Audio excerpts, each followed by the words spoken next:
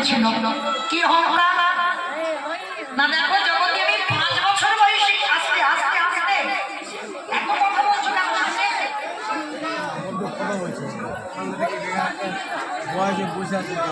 হ্যাঁ ঠিক আছে, ওরাই তো কাজ হবে বই লিখা। আমার মতো বড় ভক্ত আর কেউ নেই।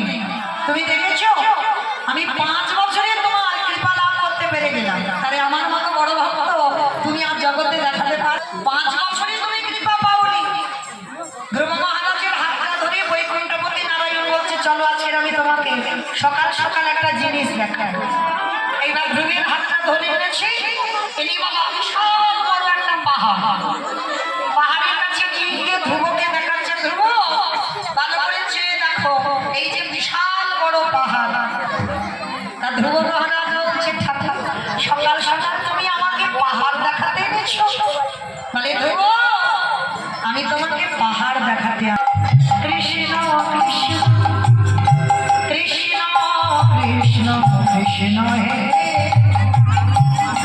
কৃষ্ণ কৃষ্ণ কৃষ্ণ কৃষ্ণ কৃষ্ণ। প্রভু প্রভু এই পাহাড়ের ভিতরে বসে বসে কি কৃষ্ণ নাম করছে আমি এক্ষুনি শুনতে পেলাম।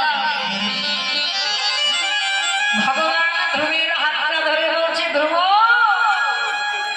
ওই পাহাড়ের ভিতরে কেউ বসে নাম করছে না। বলে, তাহলে প্রভু আমি তো সাক্ষাৎ শুনতে পেলাম কানে, কে যেন বসে বসে কৃষ্ণ নাম করছে।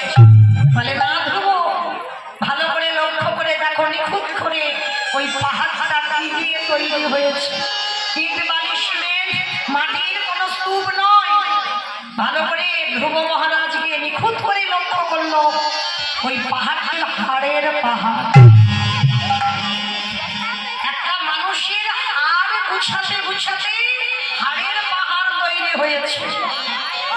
ধ্রুব মহারাজ দর্শন করে ভালো করে প্রভুকে প্রশ্ন করল, প্রভু আমি ভালো করে নিখুঁত করে দেখলাম, এ তো মানুষের হাড় দিয়ে হলো, আর কারই বা হাড়? বলে, ধ্রুব